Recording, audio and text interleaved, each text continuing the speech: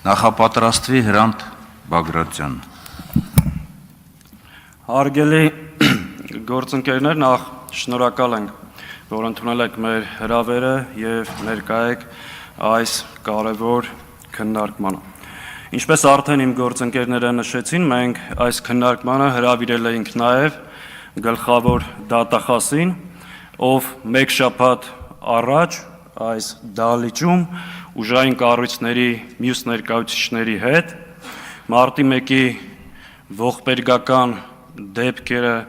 հերթական անգամ քաղաքականապես շահարկելու եւ ներկայացման նիստին էր մասնակցում, բայց պետք է արձանագրենք, որ այսօր խուսափեց ներկա գտնվել այս քննարկմանը մեկ պարզ պատճառով, չունենալով զեկույցում տեղ գտած փաստերի նկատմամբ հակափաստարկներ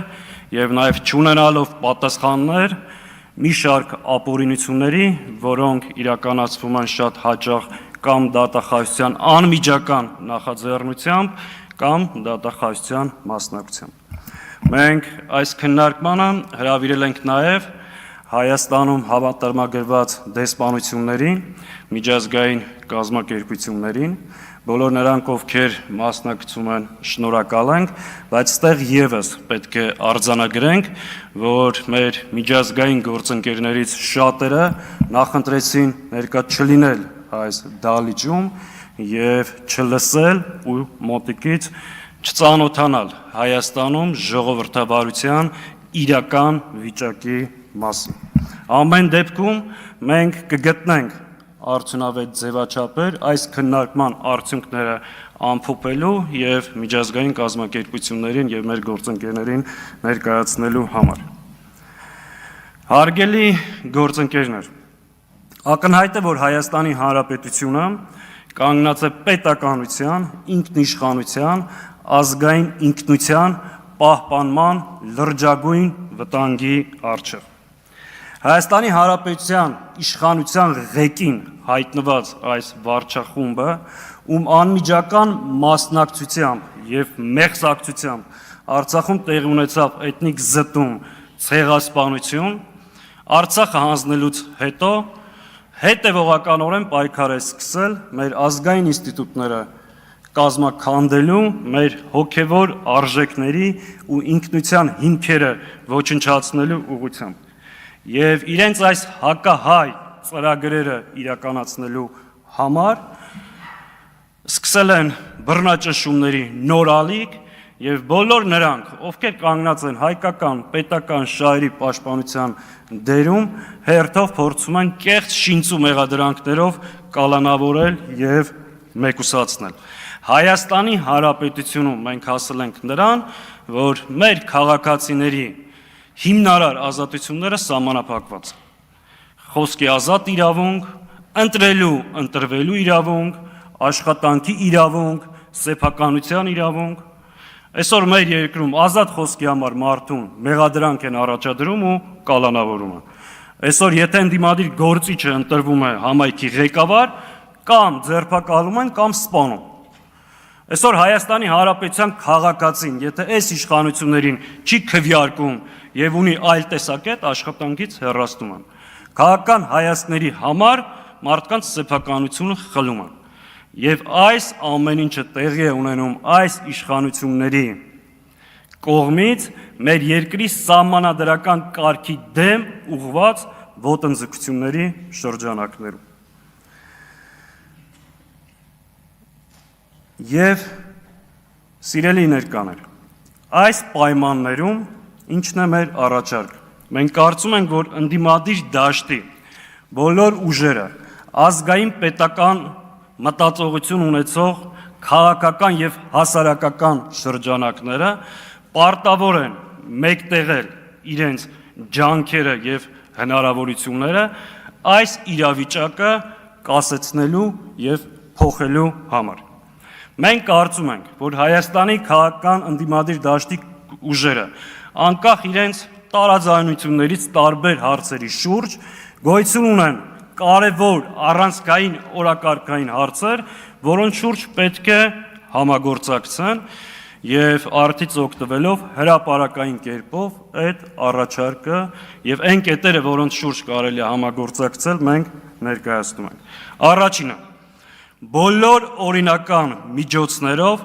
ձևավորել հակազդեցություն բռնաճնշումների եւ քաղաքական հետապնդումների նկատմամբ։ Երկրորդ՝ հայ առաքելական եկեղեցու եւ ազգային արժեքների պաշտպանություն։ Երրորդ՝ քաղբանտարկյալների իրավունքների պաշտպանություն։ Այստեղ հատուկ ուզում եմ նշել, որ պետք է առաջնորդվել որևէ քաղբանտարկյալ, բոլորիս քաղբանտարկյալն է սկզբունքով։ Այսինքն, եթե Հայաստանի Հանրապետության որևէ քաղաքացի հալածանքի է ենթարկում այս իշխանությունների կողմից, մենք պետք է մեկտեղենք մեր ջանքերը եւ բոլոր ուժերով կանգնենք քաղբանտարկյալների իրավունքների կողքին եւ պայքարենք նրանց ազատության համար։ Չորրորդ՝ բացառել ընդդիմադիր դաշտում միմյանց նկատմամբ հակաքարոզչությունը։ Մենք ունենք մի թիրախ, դա այսօրվա այս չարիքի իշխանությունն է։ Ակնհայտ է, որ ընդդիմադիր դաշտում կան որոշ ուժեր, ովքեր նաև արևի տակ տեղ ունենալու համար հաճախ թիրախավորում են դաշտի այլ գործընկերների։ Սա մեր համար անընդունելի մոտեցում է եւ մենք պետք է հասնենք նրան, որ ընդդիմադիր դաշտում բացառենք միմյանց նկատմամբ հակաքարոզչությունը։ Եվ վերջին կետը ակնհայտ է, որ այս իշխանությունները իրենց վերարտադրությունը ապահովելու համար ամեն ինչ անելու են։ Ողջ պետական ռեսուրս եւ հնարավորությունները օգտագործելու են իրենց վերարտադրության համար, փորձելու են չեզոքացնել իրենց քաղաքական մրցակիցներին։ Եվ այստեղ անհրաժեշտ է, որպեսզի ընդդիմադիր ուժերը համատեղ ուժերով վերահսկեն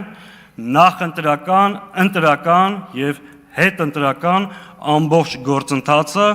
փորձելով ապահովել եւ զերծ պահել այս իշխանություններին հերթական չարաշահումներից։ Հարգելի գործընկերներ, սրանք այն օրակարգային առաջնային կետերն են, որոնց շուրջ մենք ընդդիմադիր դաշտին առաջարկում ենք լիարժեք համագործակցություն։ Եվ այս համագործակցությունը որևէ կերպ չի կաշկանդելու որևէ քաղաքական ուժի ինքնուրույն առանձնաբար իր քաղաքական ծրագրերը իրականացնելու ազատությունը։ Մենք հավատում ենք, որ ընդդիմադիր դաշտը մեր երկրի, նորից եմ կրկնում, ազգային պետական մտածողություն ունեցող հասարակական քաղաքական շրջանակները կունենան այդ գիտակցությունը, մենք կկարողանանք միասին ձևավորել այդ դիմադրության ճակատը Հայաստանի Հանրապետության ազգային շահերը պաշտպանելու, մեր երկրում սահմանադրական կարգը վերականգնելու եւ այս չարիքի իշխանության վերարտադրությունը կանխելու համար։ Ես հայտարարում եմ, որ մենք հաջորդ շաբաթվանից Հայաստանի բոլոր ընդդիմադիր դերակատար ուժերի հետ սկսելու ենք այս խորհրդակցությունները եւ կարողանալու ենք այդ ամբողջական կոնսոլիդացիան առնվազն իմ վերը նշված օրակարգային հարցերի շուրջ ունենանք։ Շնորհակալ եմ։ Շնորհակալություն, պարոն Սաղաթելյան։ Խոսքը տրվում է Հրանտ Բագրատյանին, նախապատրաստվի Անժելա Թովմասյանը։